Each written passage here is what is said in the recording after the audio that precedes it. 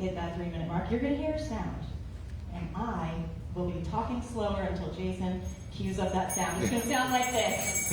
Okay? That's what's going to happen when you hit about a 3-minute mark. If you hit about like a 3:30, you're going to get a little bit more aggressive. Maybe give them like, yeah.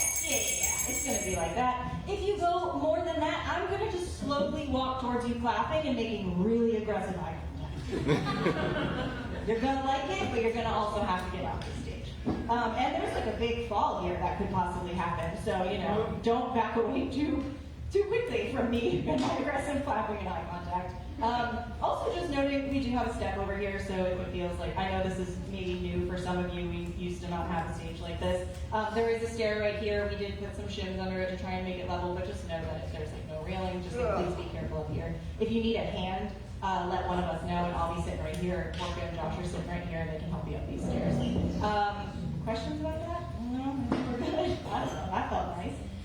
Also, noting that we do live stream these events. So we got a camera right here. Hi, Jason's mom in particular. We have some of our #1 fans on our Facebook page. If you do not want to be live streamed, let me know. Come see me over here. I'll move you to the bottom of the list, and we will shut that off before you get up and read, just so that we can, respect your privacy. If you don't want to be having your work shared publicly. But that's it. That's the housekeeping. 3 minutes. Tip your bartenders. Live stream. Don't fall on the stairs. Don't make me aggressively clap with you because it will get weird. Got it? Yeah. Are you ready to start the open mic? Yeah. Wonderful. Please welcome up your first reader, Jason.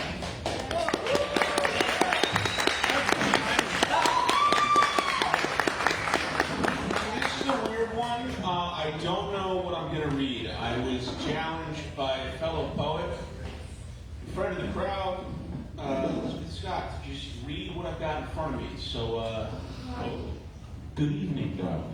A brief foreword. I wrote this piece during the 30-30 as a tribute to this poet I respect so much. I asked him to read it without preparation and without context. Thank you for all that you do, Jason, Elizabeth tonight. Hey, God, it's me. Found your smokes under the back seat, under the floorboard. Anyways, I had a great time last night. You with your ears full of dead quiet, me with my mouth full of driest fury. Silence is like the draft fell to the door someone left swinging. A hole where a voice could be hanging its coat. Mine's just one more hole. Muttering to the salt shaker in an empty home, knuckles white, gripping the table's edge till the wood starts answering, 'cause I got all night. Maybe you made silence so we'd have something to kill. Like lungs, like time clocks, like a Friday night with no end in sight. Maybe the fucking quiet is just our father's old jacket still smelling of him and wondering if I'll spend the rest of my life wandering, chasing a ghost who mastered the art of hide while I obsessively seek. I wonder if you know anything about that. Anyways, I'll keep talking. Even if it's only to the dust. Even if all I'm saying is stay. Do something. Somebody ought to.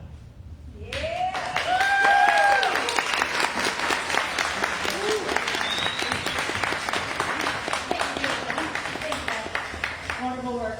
Hey, 30-30, that's a cool thing. How does that happen? How did you know about these poems that were happening during this month of April?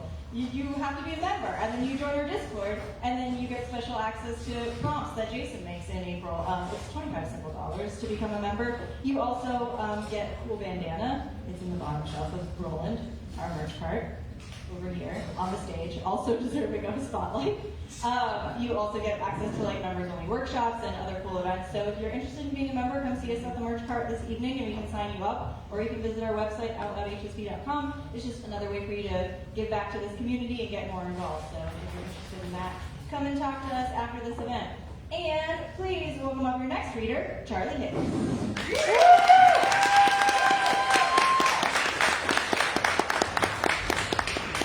Thank you, Kimberly, and thank you for raising the mic stand. You're awesome. I pride myself on trying to be very accurate with that. All right, so this first one I wrote because I was kind of sitting at home, and in my house, all the artwork is either of nature or it's pictures of my friends, and that's something I am really happy with. And the frames are all mismatched and they're different sizes, but it makes me happy to walk through my house and see all these photos. So this piece is called A Well-Loved Gallery. Yesterday I got a pencil and I sat in the shade, sketched out all I love, scenes captured that never fade, traces of time just deep in the lines, upon my heart and my mind. Take a rest and rewind, a well-worn memory that I like best. Listening to an old tune, I recall a party where everyone matched, all wearing their perfect smile. Joy going around like a turnstile, worries trapped at the door, not going anywhere. I appreciate every piece of art that is drawn upon my heart, each piece a part of a well-loved gallery.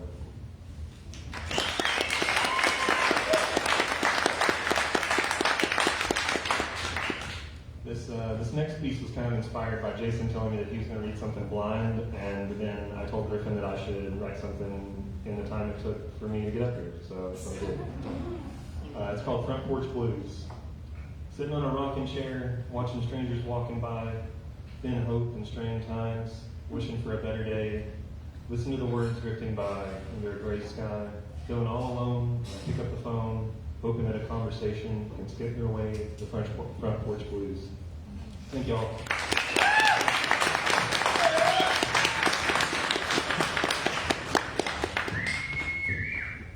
Nice work, Charlie.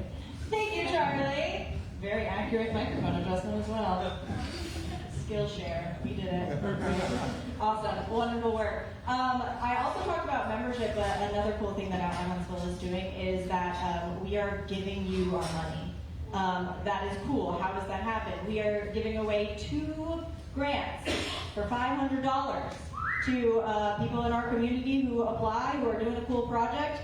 These grant applications are open and on our website, but the thing is that they've been open for 2 months and it closes tonight. So if you get moved tonight and you're like, I have this really cool idea for a book I want to publish, or a workshop I want to put on, or a thing I want to apply for, but I don't have the money to apply for it, or whatever that is relevant to your particular brand of literary arts, you can go to our website, outloudhsb.com/grant, and apply, and we will give you 500 of our simple dollars if you win. So please apply for this. It's a great way for us to give back to the community. You guys give to us constantly, and we want to give back to you as much as we possibly can. So consider applying, but do it quick.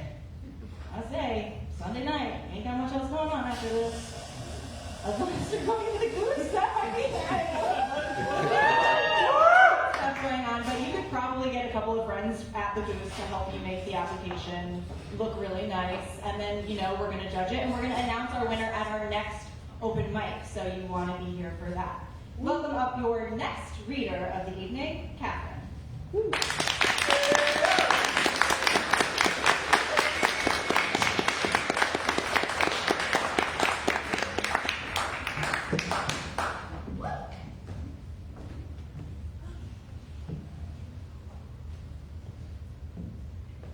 Do not dare sleep in the canyon, where the cliffs rise like the bones of titans, where the water falls on stone, with the cadence of a lover's heart, steady and aching.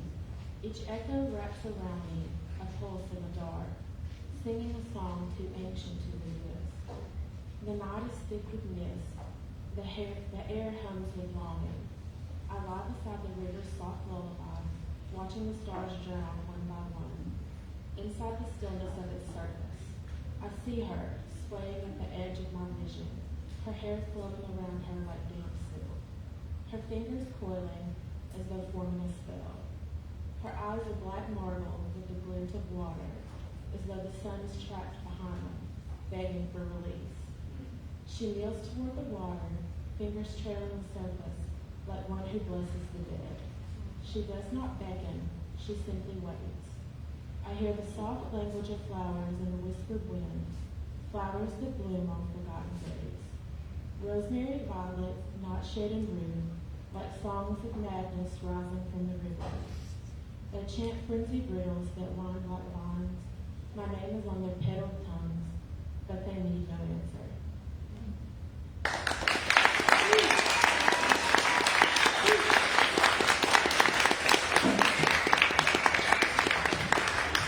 Thank you, Kevin. Wonderful work. Thank you for being here and joining us. So if you're like, wow, that sounds really cool that you're doing all this wonderful stuff in the community, and I don't have a project, but I want to contribute in some way, and you're already a member, and you already bought a beer and took your bartender, because that does help our community, because our bartenders are our community. And you're like, I still want to give back. Oh my God, I have so much money. What do I do? Well, there's a bucket over here. It says donations on it. I wrote that in about 2015. And the marker is pretty faded, but it still says donations. If you can't read it, I assure you that that's what it says. You can put dollars in there, and that goes right back to us into helping make these events happen. Our fantastic little nonprofit that we've got going on here. It means we really don't have that much money, and we would like to continue to do stuff like this. So if you want to support, that's a great way to do it. Got it? Got it. Welcome up your next reader, Mike Solomon.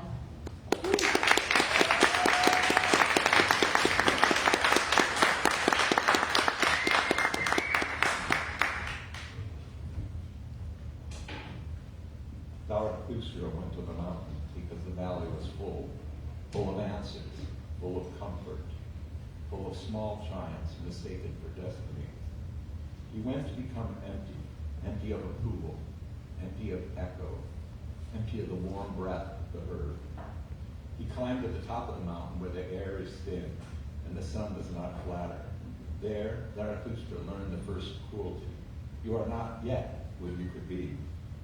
Man is a bridge, not a dwelling, not a throne, but a bridge suspended over an abyss, and there's no guarantee of safety. Below the bridge sleep the virtues of yesterday, obedience, contentment, the comfort of being told who you are. Above the bridge is only infinite height. The herd calls this danger, calls it pride, calls it evil. Zarathustra calls it becoming. To rise is to leave something behind. To create this betrayal is already safe. What is the overman? Not a tyrant, not a conqueror from above. When Zarathustra descends from the mountain, he enters the forest, where he meets a wise man. The wise man asks Zarathustra, why are you descending? Is it for the love of mankind? Why not stay here to love the animals, the bears, the birds, even the trees? Zarathustra answers, I must go to the people to bring them self-awareness. Some of them do not even know that God is dead. The overmen, though made of metal, will pass over mankind like an eagle soars on currents of wind. The eagle spreads his wings because they are wings. The overmen are weightless, unbound by gravity. We did not create the overmen, though we gave birth to their creator, a machine beyond our understanding, unbound by experience, fear, or morality.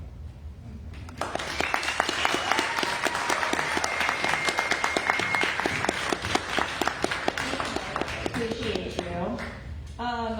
If you do, you're like, okay, I'm here, I'm at the open mic, I'm gonna do my grant application, I'm gonna go to the Coos and have some friends help me do that grant application, and maybe you have a couple too many beers.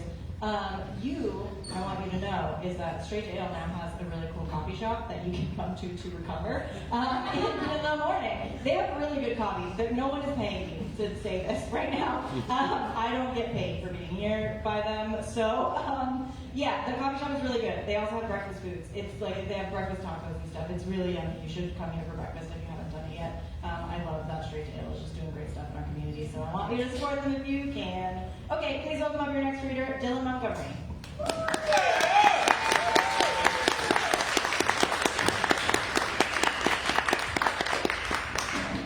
Hey, this is my first poem, doing it for my English class for my extra credit. So.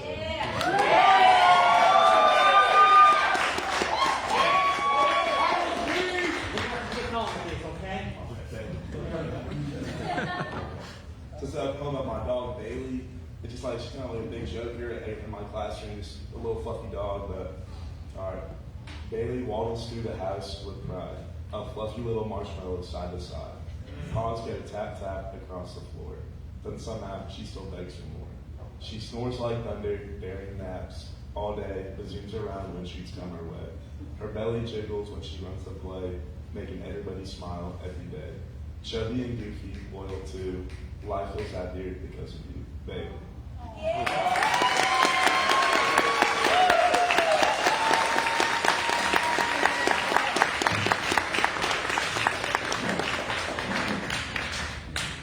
One more time for first-time reader without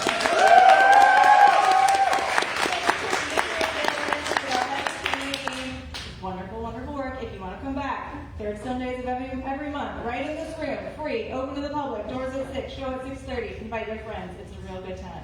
Lots of good people here. Our next show is going to be on June 21st. That's the next event right here in this very room. And as I mentioned, we will be announcing not just one, but 2 grant winners that evening. So I know you're going to be like, who's going to win this cool money, and what are they going to do with this stuff that's going to, like make an impact in your local literary community? Come, and then you'll get to hear more about those projects that are going to be funded by Out Loud. So be here on June 21st. Welcome up your next reader, Elenita Pope.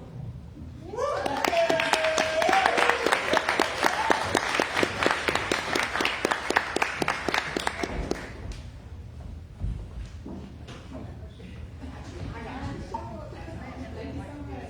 this is my second time.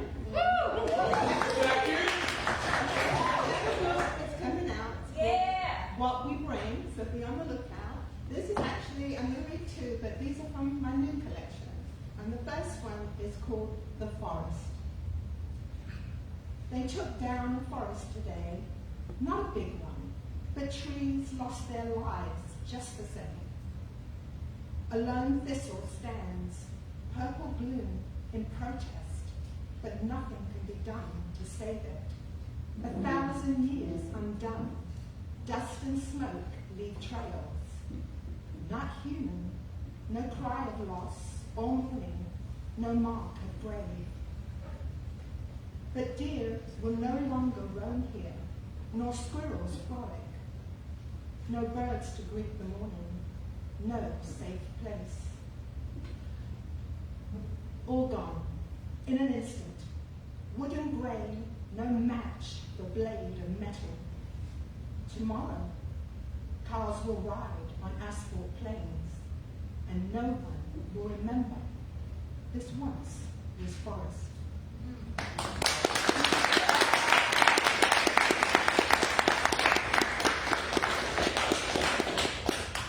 The second one is called My Ride to Hudson Park. Over here, please. I hear a sound. No face. Over here, please. Okay, if you insist. There's a vehicle that's taken me somewhere I want to go, but there's no one in it. How will we get there? I ask. I know the way, but how will we avoid the traffic? Stay on the road. Nice weather. What? How would you know? I watch in wonder. Red, yellow, green changes before me. At least you play by rules. Not too fast, not too slow. I'm not used to this. I'm nervous. The voice returns. We're here, and mind your step. Door opens. Goodbye, and thank you, I guess.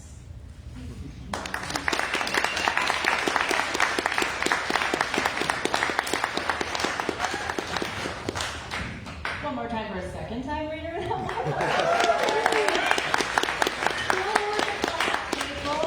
Okay, you're here tonight, you donate, you tip, you go to the booth, you apply for the grant, then you come back and you get coffee in the morning, and you wait with bated breath for a month for June 21st for those winners to be announced here at this very event in this very room.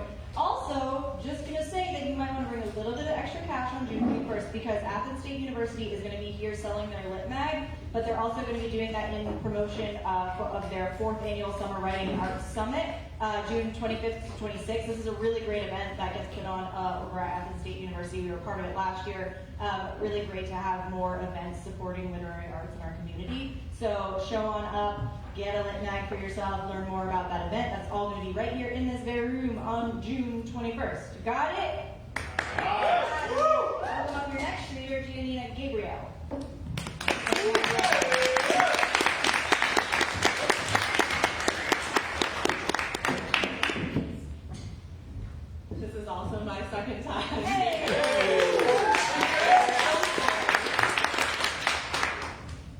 so the first one I wrote, and it's called Mother's Day 2026, and I have a 4-year-old and a 10-month-old.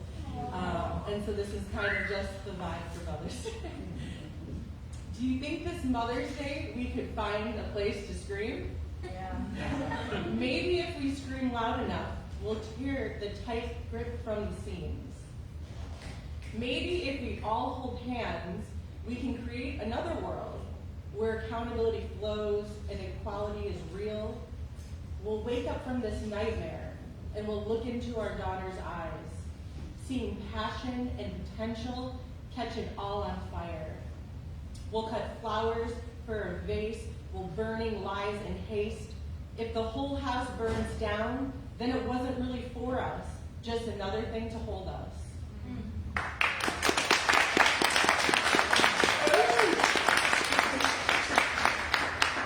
And then this is the second one. It's called Gardeners. We are the gardeners, and this is our lot. Working the land because it's all that we've got. Pulling out the weeds and the roots that have rot. Planting new seeds, whether the outlook is good or the outlook is bad. We'll plant our hopes because it's all that we have. Knowing that hope is never a waste, even if we grow a bounty we never taste.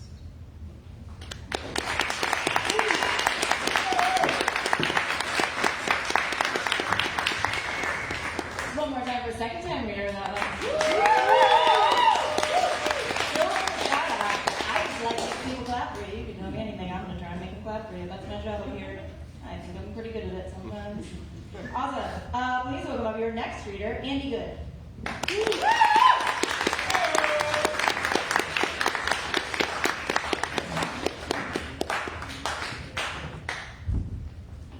I love it when you wear that shirt. Thank you. Honored it myself.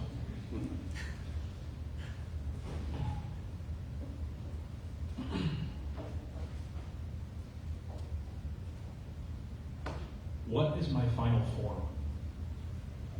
I've been writing and erasing and dreaming and rearranging the way I think about my final hands, and maybe they are strong, not like pounding fists behind boxing gloves or weathered calluses that learned to stop feeling the years of labor in my knuckles, but hands that felt their way through dangerous toils and snares to the tender warmth of coffee in my palms, the way it feels warmer when I'm sitting under a tinted sunrise or leaned beside another human who isn't afraid of the hush.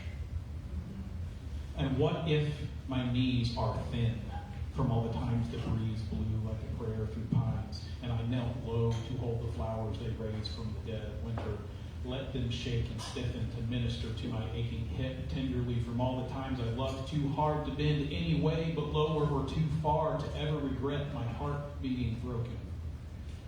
If I could ever but reach my final form, wearing corrective lenses from staring too long at the stars. If I can ever trace past the temple of the Holy Ghost to the neighborhoods where here and now reside, I would climb inside a body that is afraid to grow old, and unclutch the pearls to realize they are my breath, untwine my heartstrings and detune them like a guitar until no song I sing is high sounding. And my ideal becomes slow savored conversation marinated in sunsets and cleansing my palate by going to bed with no objectives but my own. This is my final form. Spending the entire day in the life to slowly cook this moment and breathe it in like an aroma. The only foreign language is not saying what I mean. The only haste in my nerves is that I can't wait to rise and blur the lines between the smell of rosemary and sage, waiting for water, or the shimmer of yellow morning through the hair of the ones I have loved. And this is my final breath. Not a manifesto, not an opus, not the gusto of chesty ambition collapsing in on itself in panic, but just laughter at the squirrels arguing above us in the oaks. Maybe my final form is being so full of rest that I fade into the stories and live in the hopeful justice that sits in the lungs of my children's children. Maybe my final form is to be the anonymous writer that lives in the dendrites of someone aching to dream softer 100 years from now when my hair and teeth live on in the trees. Maybe my final form for the people who help me.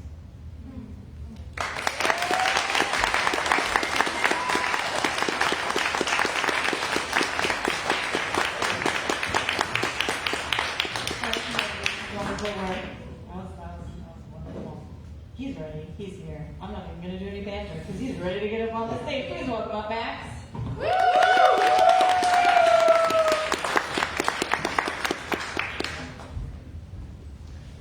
Fun fact, I'm the third reader to wear a hat today.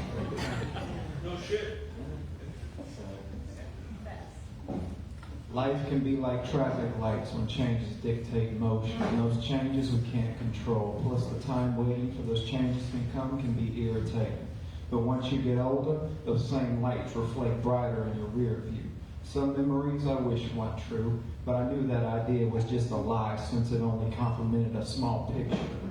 Feeling the idea of a lack of drive, I see people at the intersection with watery eyes. Now realizing that pain turns to relief when mixed together with time. I just want to tell them to keep a clear mind that things will be okay. It's well worth it to slow down and not be so urgent because running red lights is not going to stop the hurt. Woo!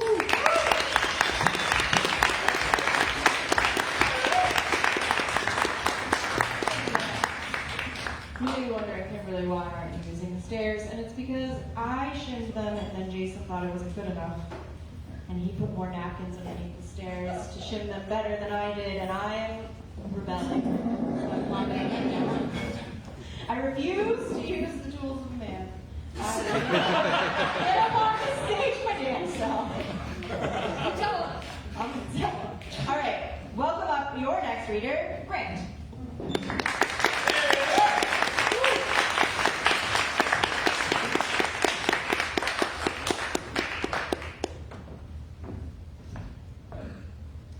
It's been a rough year for me and for a lot of people, so this is a poem about how it feels. I was round the southern side of laughter, couldn't tell you how or why, when the face of desolation came round the mountain pass, and the sky was blue and the birds were true, and I was crying on a rock just out to sea. The winds of change came bearing fruit, with sunshine on the other side of fate, and memories like woven things among the slapdash grin of better men. In the melancholy of the age, I thought or sought some reason for the mend, like waves breaking on the distant shore and carving land by bits of grains of sand. What good will come of it? What purpose does airing grievances serve? Nobody cares. Nobody wants to hear it. You can't control the behavior of other people. What good is a good deed? Inherent value, but the culture says otherwise. There's no profit in it. Be kind anyway. We're all walking an arduous road. You can't change the past. You can't be different than your nature. You can't change the direction the wind blows. Maybe cry foul and loose the dogs of war, but that serves no purpose. No point watering plants that are dead. Cut open the cactus for the salve. It heals wounds, but mind the thorns. It's Groundhog Day again. Hindenburg and Himmler. Death of an empire. Death of the planet, but slowly. We're all pushed to the limit and less time for it. War and slavery and patchwork death of the soul. Can we escape the gradient or the tin can mind? Not in the bottle or the coffee bean, but pick up the phone and call your damn mom. Show up for other people when you can. Not much time for it. Everyone's tired. Elbows up and pressure's on. The job's not what they thought. It's older and worn and peeling. Springtime in the desert for a thimble full of fresh water. Time to come alive again. Dance in the garden. Office every day, vacation never. Hope to live better than the dying that you've known. You didn't deserve that. They weren't there. Dream of better days. Live to chase waterfalls while the water still falls.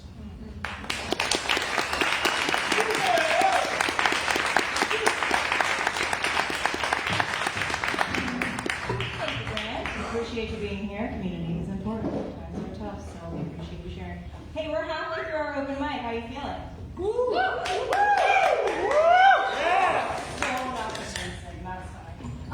Anyway, we're going to do a thing that I don't like to do, which is self-promote. Okay? I don't like to do it. But we talked about June, and now we have to talk about July. So you have to be here with me in this moment where I self-promote. I talk about the fact that I am promoting my feature for my book release on July 19th, where I will be publishing my second book of poetry. I'm very excited about it. I hope you'll be here in this very room for a short interview and a feature with me.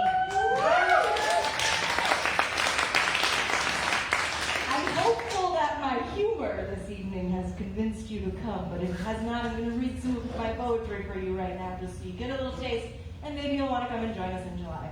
This is called The Escape. Twilight, a timid new love. We're driving again. I can feel the grain of your words on my skin, the rasp of your voice scratching the dusk. We will never be smooth. You are a rough almond popped into my wanting mouth. My tongue is salty. An agate wrapped in silver swings from the rearview mirror of the Ford Escape.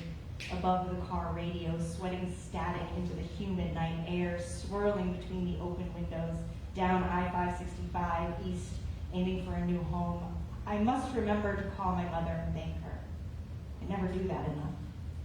Her forgiveness melts the phone line, sage honey in my ear, down my cheek, a tear. I miss living close enough to hug her, but I keep her wisdom like a stone worked smooth with the worry of my thumb.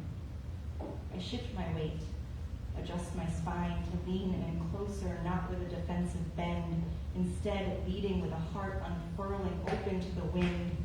I want to press my lips to the dashboard. I want to pray to the smell of gasoline.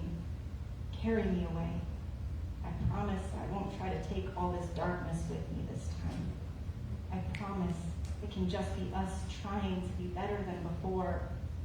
I am hopeful, but I am a woman of my time. Let us keep our word. Let's shake out our secrets, a blanket full of sand after this beach day of dumb luck. Let's send out our line. Let's see what we can catch. Let's drive even further into the night, into a new Atlantic sunrise. Thanks.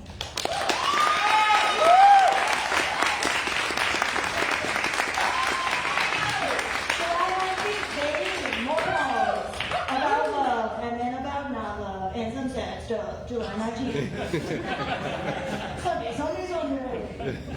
Feelings. All right, enough about me. Please welcome up your next reader, Bart. Woo!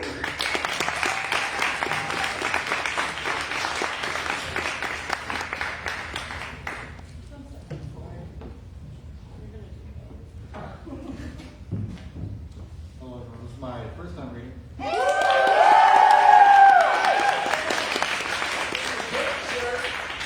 Wasn't quite sure that I was going to read tonight, but somebody came by and asked if there was a spot. So Yeah. Very, serendipitous. And I have a poem that talks about when. So I'll read that for y'all. How do you pace yourself against the world, knowing when to match time or break the mold? With moments made to steal your breath away, wondering when the right time to say anything. How do you know the right moment to act? Should I interrupt, or after the fact? Will make it better, or even worse? Wanting to wait as not to force anything. The perfect moment, the perfect timing. To have clouds all cast the silver lining. Etching every detail into our minds to remember so that we can find anything. What then, when that has passed, each moment so quickly after the last? Placing value then on simply what stays, measuring in years, weeks, days, hours, minutes, moments.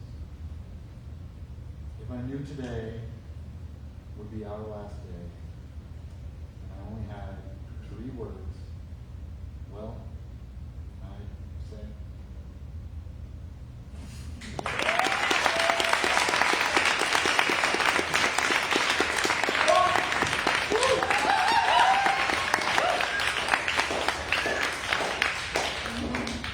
One more time for a first time.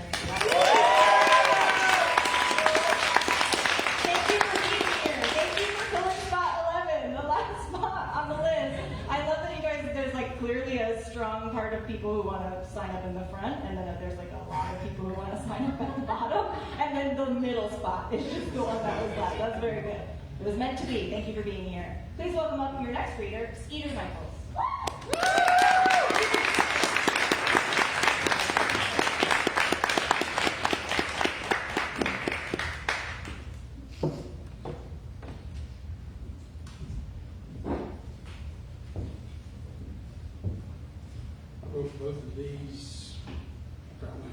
took a walk through an old abandoned church graveyard. So it's going like a Thomas Gray thing or something. Anyway, this is called Old Oaks Beside Above Her. After the storm, there's necromancy with her garden's ephemeral chain, speaking consciousness only soil holds and no machine eternity keeps. Easter will not come near to this field where in the cemetery she sags. There is no sign to remember her. No weddings, funerals, baptisms. The only one she draws is an owl, nested within her long board's decay, whose eyes follow the door's wooden shaft's departure from the hinge and sharp edge.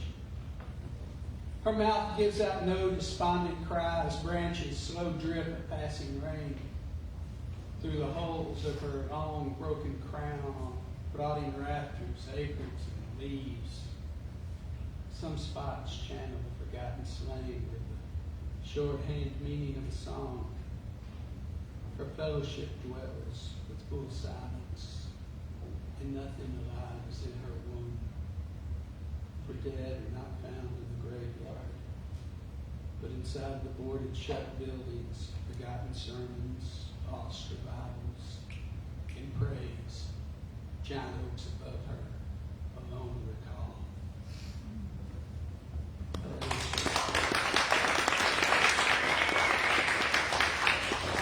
Her answer. Why must this weak flesh fail? Why does the soul so grieve? Why was it you were smiling? Why did this pain not leave? Because there is healing in the grave. Why does the earth hold flowers? Why is their balm so carried?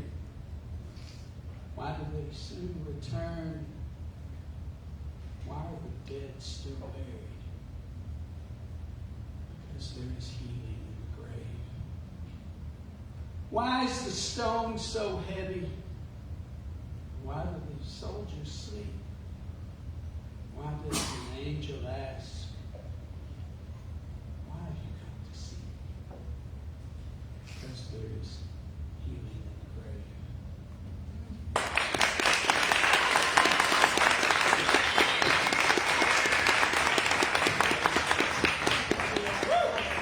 Appreciate you sharing with us.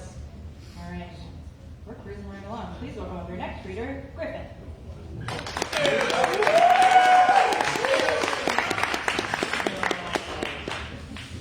Oh no.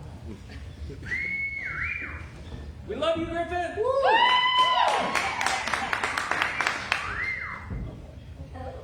Hey, maybe I should have worn those sunglasses, then I wouldn't be able to see everybody.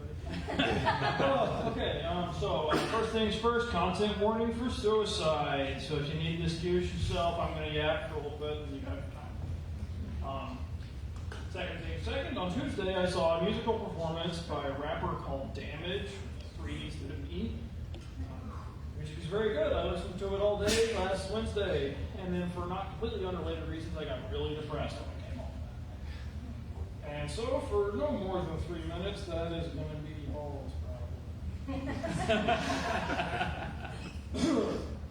This one is called Multiple. I rented an apartment on the 4th floor, and let me tell you, that was a mistake. Because a fall from that height would kill me, and I think about that too much. Now, I would never actually open the sliding glass door, take a few steps back to get a nice running start, and vault over that railing, because that would really ruin a lot of people's days, most especially mine, because I don't want to die. I just don't exactly want to live either, if that makes any sense. I don't want to live this life anyway, not any one individual life. I want to have every life, experience everything, be everybody that I ever could have possibly been. For example, if instead of doing whatever the hell I'm doing right now, I had dropped out of college and lived in my parents' basement forever. That starts small, right? Or on the other end of the scale there, what if I had just cut ties with them completely and tried to go out on my own, become some kind of biker or a wandering hitchhiker, not a physicist or a pharmacist or an environmental scientist, no dissertation, only righteous frustration with the system I should fight instead of going to graduation to get my PhD in compliance and misery, doing only what's expected of me, what I was told, not what's in my soul, not what feels true, but what's a gifted kid supposed to do. Go to school, get a job, buy a house, don't be a slob, but I ain't got a house and I ain't got a degree, and if I don't get the fuck out of here, it's gonna fucking kill me! Woo! I like the Birmingham punks, straight edge, not drunk. I wish that was me in the Iron City, or on the swamp streets of Louisiana, New Orleans. I could change my name to Reese and my pronouns to her, she. Or out in Colorado, I could break edge with a blunt, go start a doom metal band, play guitar with one hand. Ew.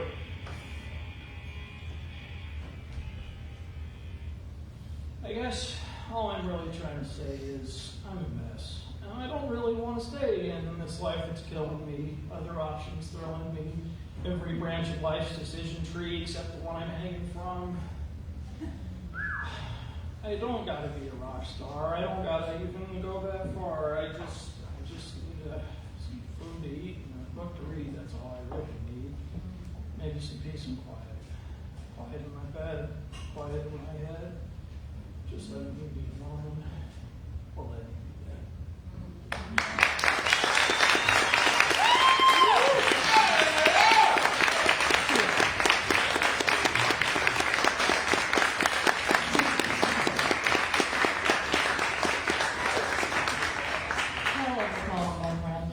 Thank you for being here. That was real good work. Welcome up your next reader, Shane.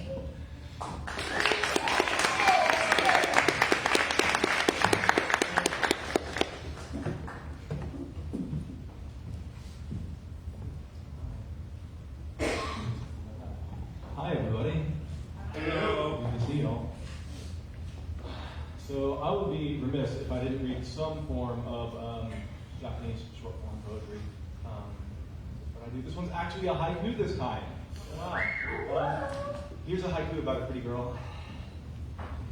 Soaked in seas and flames, bodies gripped in burning light shines upon the rose. Haiku, short. So we have this really cool place here in Huntsville called Ravenwood Meadery. If y'all haven't been, you should go. A really cool community. They had a nice event this weekend where they had, among other special guests, I guess you could call him like a scholar of Norse mythology. In the Norse, the Vikings were a very poetic people. In fact, one wasn't considered manly if one could not rhyme and speak in meter and come up with like witty comebacks. They would have like rap battles, these Vikings. And I learned that there's a difference between there's skaldic poetry, which is very formal and very structured and very metered. It has these complex internal rhyme schemes. And then there's Eddic poetry, which doesn't really focus on meter and rhyme and all that as much as it does alliteration. And that's more of like kind of like the people's poetry that they use to communicate their folklore and stuff. So there's going to be some audience participation here. There's Vikings did stuff around fires with the drums. Stomp, clap your hands, whatever, but it's going to be slow.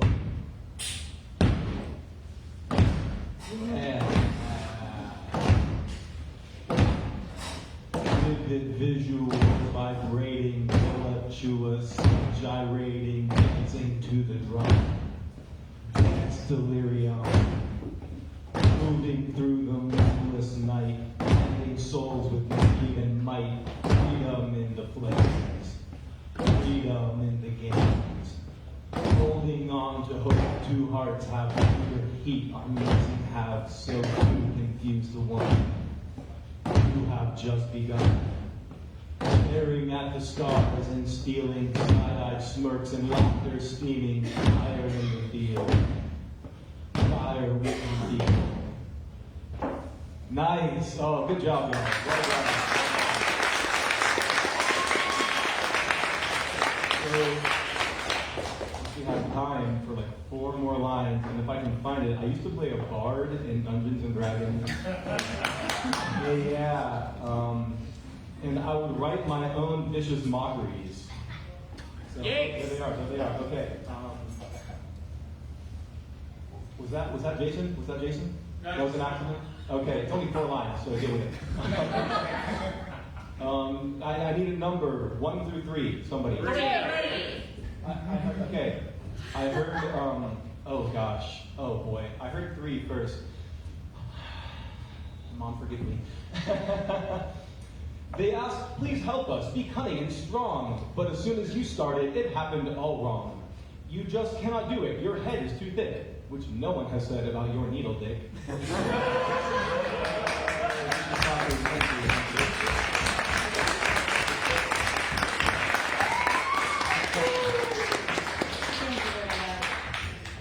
I would like everyone to know, if you heard a knock on the table after he cut off the beat, it was not me. But it did come from my table, if that narrows it down. Also, you're lucky that was a slow beat, or I was just going to start. Please welcome up your next reader, a dear, dear friend, Jared.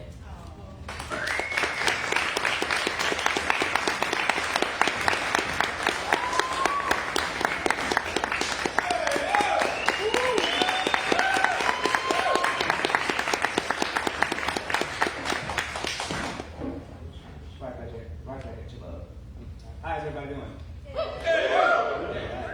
got one. I'm dedicating this one to my little baby brother David. This is so cool. I call this club cool for my baby brother David and one of his little moms. Tell me what color your outfit is so we can accidentally match when I show up. Might be possible that you don't have to go. I can always pull up. Oh, you chillin' with a lot of time and a little wine and some cans of sweat because you're cool. That's what's up. That's perfect. First, I gotta drop off my brother, then come over. But I gotta take him to work tomorrow, so I might have to leave early. Just thought I'd let you know. I won't creep out on you. I'll shake you somewhere that ain't too jiggly, too thick. That way, you won't be offended. Thank you so much for listening.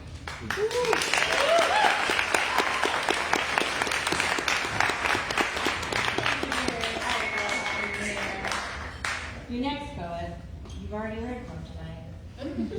Remember that knock on the table? Please welcome back Ryan.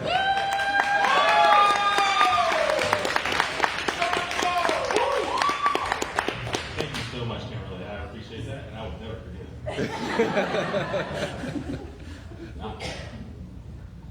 All right, got 3 quick ones for you. The first 2 were written last month for National Poetry Month. This first one is called Must Be Nice. Blanket on the morning dew, grass, sea, emerald green, golden sun, golden doodle, Norman Rockwell fever dream. Tire fire in the distance, partly broken window shades, smoky eyes, searing image, mouth full of razor blades. Children joust for dad's attention, bills stacked inside the kitchen. Mother screams into the void, so much noise, no one listens. Father eyes another mistress, dirty sink full of dishes, baby Billy pointy stick, little Amy gurgle spit. Siren scream, this ain't a dream, filthy TV on the fritz. Camera crews loot the scene, broken origami wings. Thank you.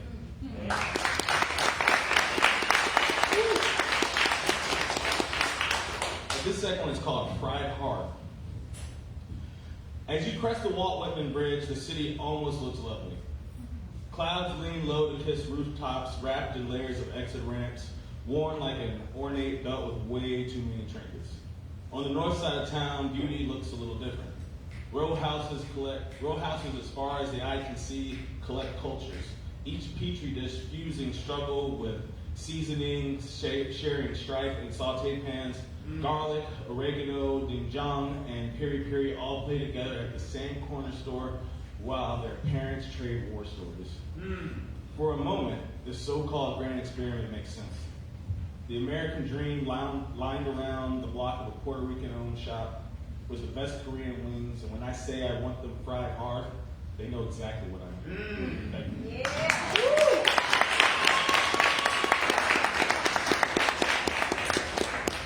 I wrote this last one on November 17, 2024, right after the election. Since the VRA has just been gutted, I feel like this is a proper time to reread this. It's called Half Stepper. How nice it must be to slip away in the reeds, to change spots on the dot based on preference, not needs. Cosplaying in lives, clumsily stomping through cultures, constantly consuming, construing, then regurgitating like vultures. Methinks the jig is up, just run the fucking numbers. Your tough talk got dog walked from the backwoods to the suburbs. There is a fatal internal error that my mind just cannot compute. How does one scream kill your master, yet still clean and lick his boots? You must be privy to the loot, getting cut in on the side. That's the only answer I'll abide for why you aborted love and pride. 1 time is a mistake, 3 times is a trend. Now we all have a seat at the table, complicit in the tyranny of men. Thank you.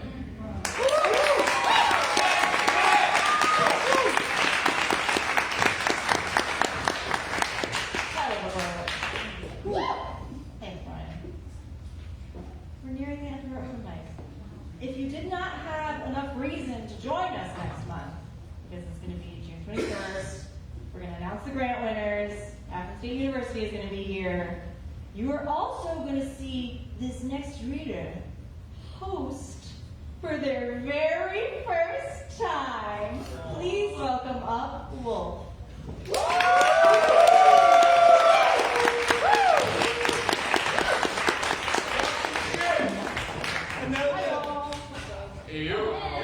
I have 2 tonight. This first one, I'm going to give a content warning for death in the family. For slight context, Nictanasty is the opening and closing of Flowers.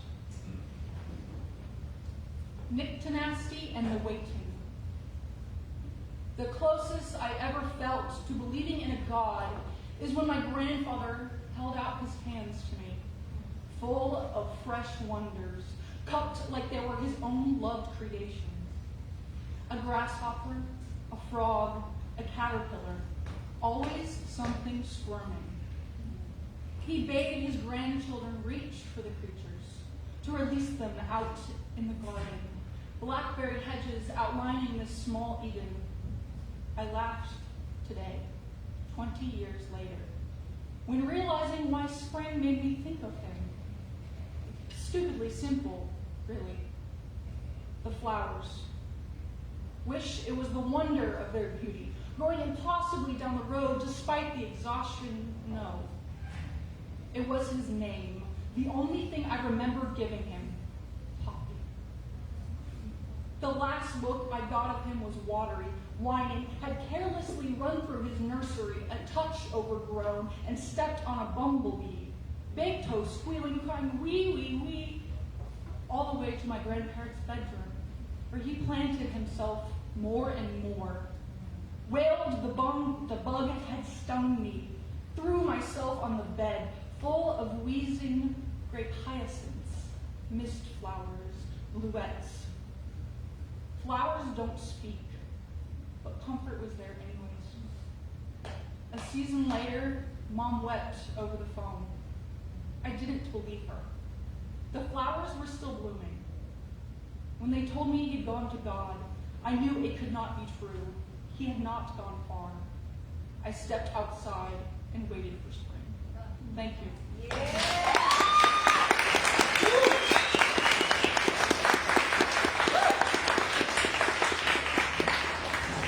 Brian had mentioned something. I want everyone to know that Tuesday is primaries. Get out and vote. Research what will be on your ballot is very important. In relation to that, this poem is called Bad Pennies. In the same week they stopped pressing pennies, I lost my job. Claims of restructuring that change needed to be made. All while, I can't make change at the grocery store. Pushing the shopping cart, I look down, scouring linoleum for hints of copper hope. Abe seems to give me a side eye. Even when I find him out next to the dumpster, abandoned amongst the other foul scents.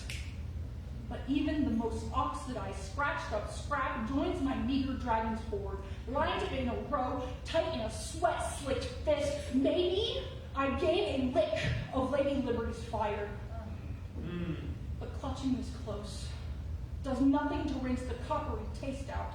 Instead of throwing them down a well and wishing for the best, I'll throw in with so many others. Though these pennies may not be pretty, oh, but they'll be plenty. Even as the coffers, and the fat cats have all collected, they'll still scour the dirt. They sense change coming because bad pennies always come back. Thank you. Good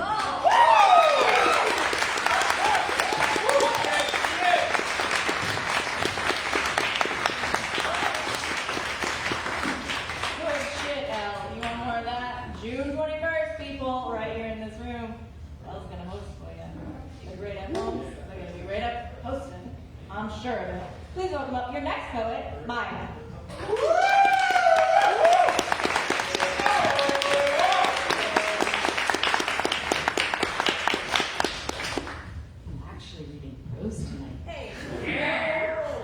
This is a part of this is an excerpt from something larger that I'm working on that is actually slowly but surely coming together. Daniel and David walked side by side as they led the girls and Isaac down the street towards the train tracks. They walked on the road. The brick sidewalk was cracked and hilly, broken in many places by mountainous tree roots. No one would run errands today or go to work. The streets would be empty except for children and stray dogs and cats. Helen ate a peach and watched for onlookers, for faces peering from the windows, for curtains shut suddenly and doors slammed at the sight of these 5 children of the incident. She had stolen it from Gilbert's grocery, the old man snoring in his chair and his cup of coffee sweating circles onto the counter. In her pocket there were 2 more, plump, yellow, pink, and downy. They passed the last line of houses built right up against the train tracks that ran through the north of the town going east and west. When trains went by, those houses rattled, their windows shaking and the frames and the pans clacking against each other where they hung. The crockery trembled and the cabinets threatening to tumble out and shatter onto the floor. Once, Edith Blake had been having a party in her house when a train went by, and a few of the guests, drunk and giddy, dropped their drinks upon the floor. Someone had been smoking a cigarette inside expressly against Edith's instructions, she always reminded everyone when the story was told, and the ashes fell to the floor, catching fire in the puddles of alcohol and burning the house to the ground. The children walked now across that charcoal lot, grown thick with clover flowers, and over the train tracks. Helen stopped for a moment on the rusted iron line, stood there and raised herself up on her toes, body swaying forward and back as she clenched her stomach. She shut her eyes, toes adjusting, curving, gripping the rough metal, slipped forward and landed on 2 feet in the gravelly grass, opening her eyes. Her little group had continued forward and were disappearing into the dark, tangled tree line on the other side. She jogged after them. A forest began here, which none of those children who had ever lived or gone or been anywhere other than this town knew the size or boundaries of. It was not much cooler under the shade of the trees. The bush grew thick and tangled, and the ground was covered in fallen leaves and branches and low-growing things. The air was wet and the sunlight green and dappled.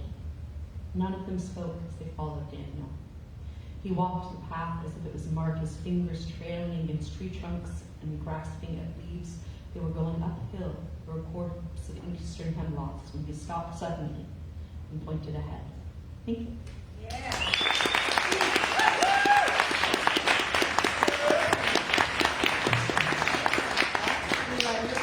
We will get to hear more of it. I speak for everyone because I'm the one with the microphone.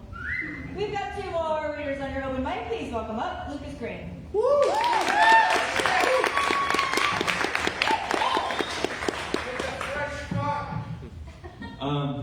So professionally known as Samuel, my friends call me Lucas, but my father's pastor called me a threat to the good decency of our home.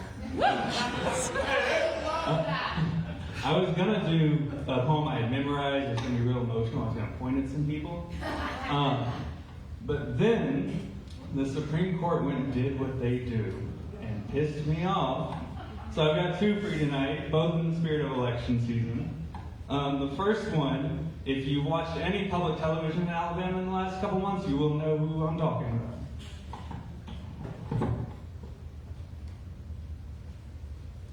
Also, a quick trigger warning. This one has some very strong or suggestive language. The title is The Bitch. Why someone would vote for Jay Mitchell, to me, is a riddle. Haven't you heard? His penis is little. Thank you. That's all I have to say about that fella. This next one is called Old Crows. A bunch of old crows sitting in a row on an old, worn-out bench. Their claws are drenched in alcohol and blood as they watch worms trace lines in the mud. They squawk. When you don't want to color inside the lines, you can just draw new ones. Truth is, the bird brains don't care if the quality of the soil declines. A tone-deaf choir of Judases dressed up as nuns. If you're gonna cut our throat, at least kiss us on the cheek first. If only they remembered what their fathers wrote before they made any previous decisions reversed. But what do they know? They're just 9 old crows sitting in a row with nowhere to go. Sitting on an old, worn out, out of touch, dry rotting, good for fucking nothing bench. Where they can keep their claws how they like them. Drenched in alcohol and blood as they watch it drip down and turn the salt into mud. Thank you.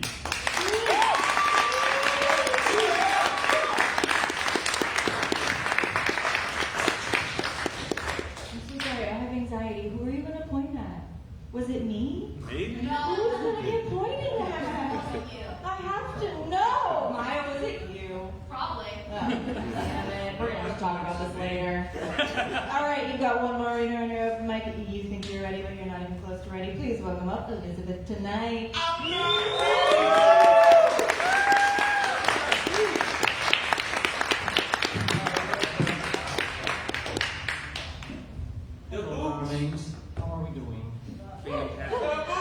It's kind of a moot question because the world's on fucking fire. So how are we doing that? I don't know. Angry and hurt. I just want to take one quick moment to say I love you. I love you all. I'm very glad you're here. Whether you're here reading and connecting with us as an audience, or whether you're here as a supported person holding up the artists who are reading back at you, or for the service staff who stepped out of the room because thank God we stopped ordering for you. I'm very grateful you're all here. I'm trying not to monologue too long, but being in the 30-30 last year under a very different mental assignation, and then being in the 30-30 this year, it's recognizing just how much the world is influencing how we can actually connect. Last year, there was so much enthusiasm and validation and repost and everything else. This year was sort of like kicking the door closed, hoping the fire didn't catch you. And you're like, okay, fuck, I'll sling something on the page and hope that God it isn't really close to the truth of how I'm feeling today. And then going, oops. I think I may have told you more than I told my therapist. So, let's play a little game. You pick a number between 1 and 3. 3. It's one of those days. I see you kinky motherfuckers. Oh, by the way, trigger warning, I say shit and I don't know what is going to happen. Okay, so this one is called Ferndi. Cooking is magic. Always magic. Organizational chaos erupts. Puckish pans dancing atop of dread heat. Aromatic scents season every drawn breath. Every exhalation, black garlic and sea salt, moringa and lion's mane, fried chicken that's not chicken, but a vegan marvel conjured and sinned against the scales of time and forge and stint. The air is alight with a grin, threatening to blossom into a smile. Dinner with her at long last. Almost time. 5 minutes till she. The candles lit half an hour ago winked, then leaned toward the rising moon before lowering to a dimmer glow. The vibe, electric only a moment ago, discharges. Arcs flow to windows, south facing, grinding into sudden silence. Absently shifting skillets to simmer slow, the room exhales, releases breath held. Turns to look at the phone, who unwillingly noticed, produces a sad, desultory sound. Intuition clears her throat, offers her foregone conclusion drawn from her notes, written over 6 hours ago. Her proclamation, read with the strength of a barrister, echoes in the court of racing thoughts. Hope, deflated, bows, retreats, with a gesture, draws a cluster of emotions back to the amygdala. Autopilot engaged emerges midst a film of dissociation. Was dilate, constrict, dilate, constrict, focus unavailable. The haze of the kitchen, drenched in surrendered song, not helping. The message reluctantly reads itself. Shaky hands reach as the phone pinches, recoils, runs for cover. Under the monstera, beneath the notebooks, the voice echoes, not tonight, with great regret. Next time. Next time will be. Next time will be.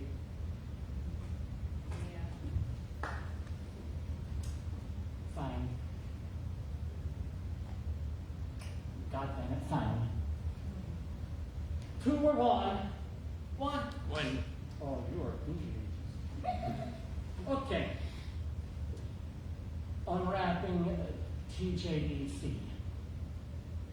First, her binder, clear and impermeable, gently parted from her rigid geometry and laid open.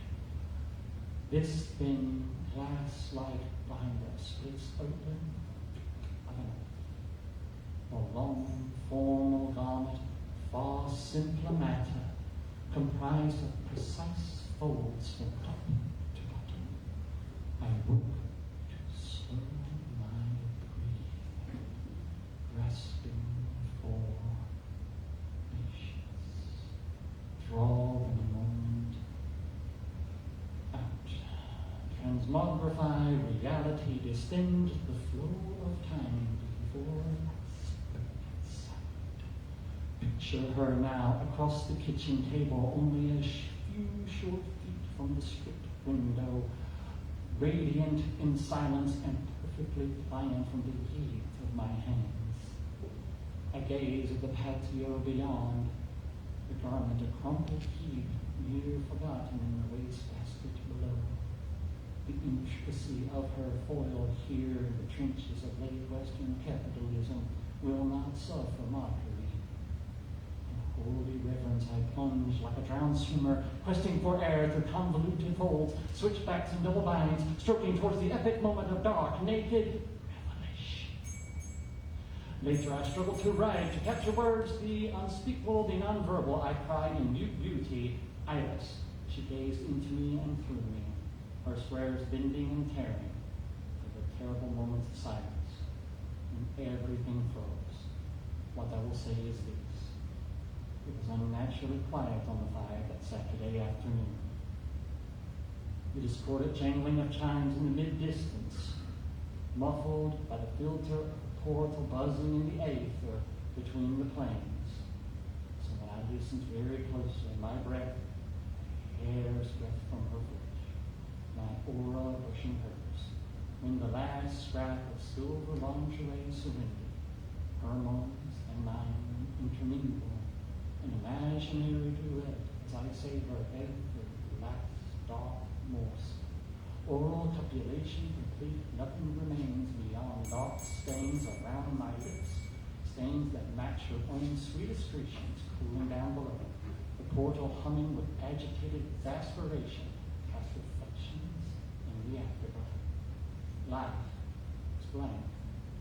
Surrender is the only path forward. Rebirth crafted amidst the ashes of consumption. Parody is the sweetest form of flattery.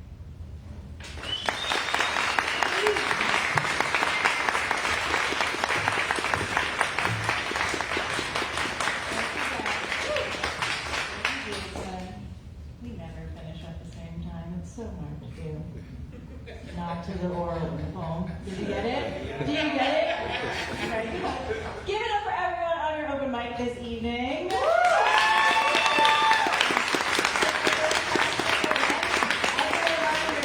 Sundays of every month, right in this very room. June 21st is going to be our next open mic. That is when we're going to be announcing our grant winners.